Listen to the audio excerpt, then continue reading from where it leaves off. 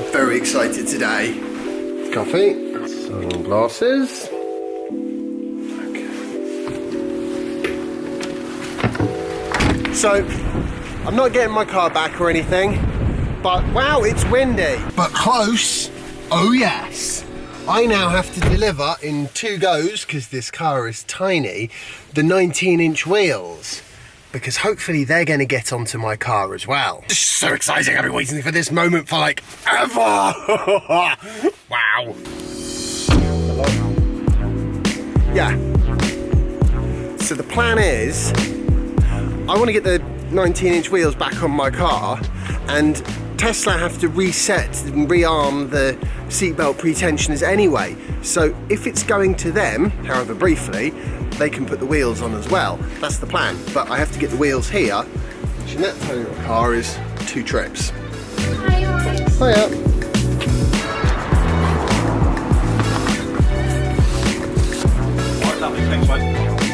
Now I've got to go get the other 2 wheels, which are at home. They wouldn't fit in this car, obviously.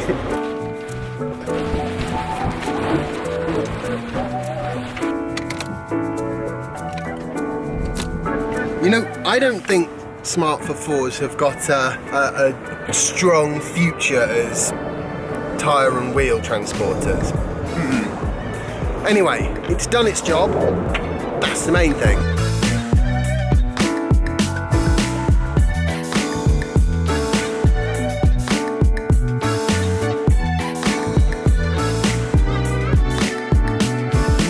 Still some work to do, which is kind of concerning because I do want to use the car this weekend. I really do. And I am properly fed up of using fossil fuels. I can't believe that using fossil fuels is acceptable still. That's actually what I want to talk about today. I get that sometimes you have no choice, right? Like, I have no choice but to drive this car. I have to go to and from Jasper's school. I have to take him to and from school. I have no other vehicle and I can't afford to rent another one, certainly not an electric one at the moment. It'd just be a waste of money that I can't afford to waste.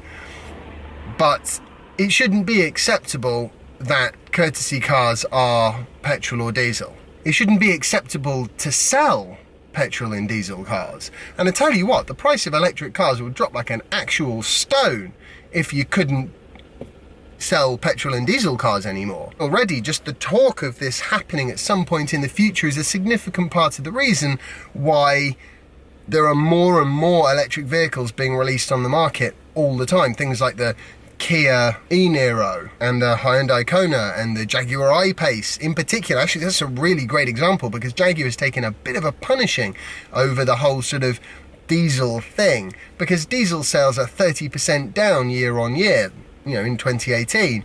So it's good that we are moving in the right direction-ish.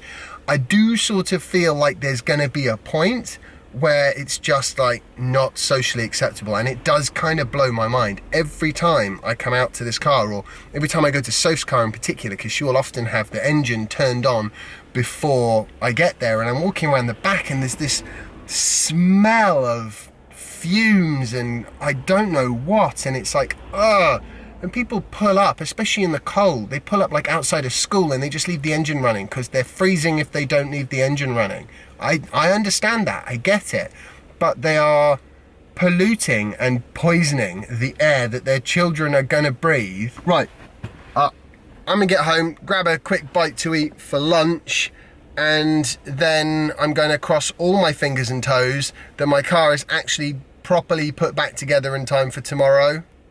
Fingers crossed. It's like nothing in life is ever as easy as it should be, according to the manual. And, you know, that seems to have been the case with putting my car back together. Like, this bit's hilarious. I love this. I can actually hear the conversation that Elon Musk must have had with his engineer when the engineer said, well, we need 2 nose cones. We need one with parking sensor holes and one without parking sensor holes, surely. And Elon Musk goes, it's made of plastic. Just one skew. If they want parking sensor holes, well, they can cut them themselves. And that's exactly how it works. Either that or they sent me the wrong nose cone, which is also possible. Anyway, they're cutting holes for the parking sensors, so Jesus, they don't have long Oh my God, I've just had a look. It's 4:15. Sharp intake of breath denotes anguish. How are they going to do this? Ow. Please, please, guys, come on. Feel the force. I bet I don't get it in time for the weekend, but food. I haven't had lunch yet, and it's food time.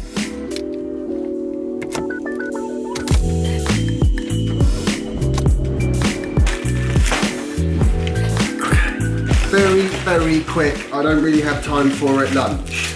I guess one thing I would take away from my time having been driving a petrol car for 2 months, I literally can't say that without shuddering. Yeah, I can't believe how it happened. Trust me, it would not be a permanent thing. I would get myself a second-hand Nissan Leaf if I had to.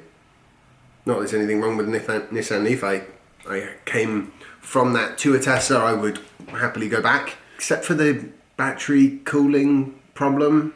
That actually is a big issue for me.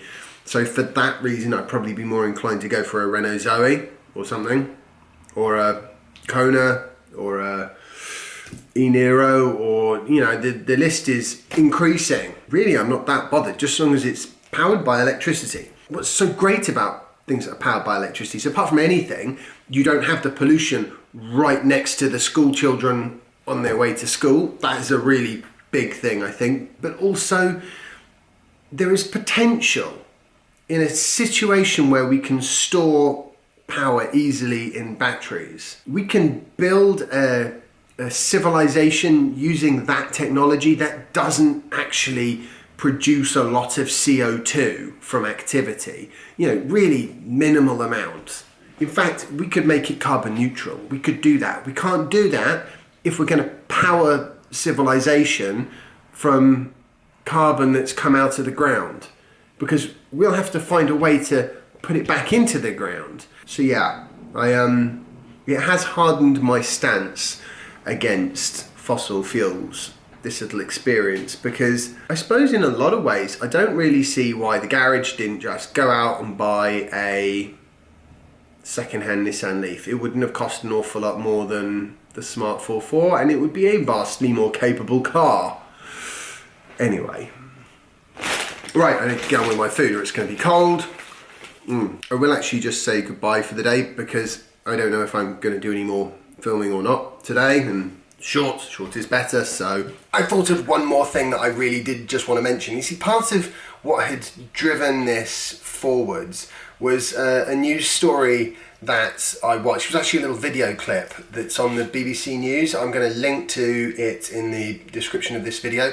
And it was a mother, and she's got 2 young children, and I think they have to walk along some pretty busy roads, and they have some respiratory problems.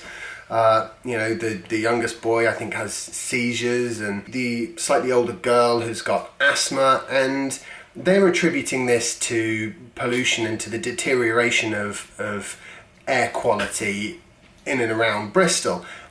And seeing them walk along by the side of all those cars, just imagine for a second if some sort of industrial, you know, if a power company, let's say, actually tried to get planning permission for that.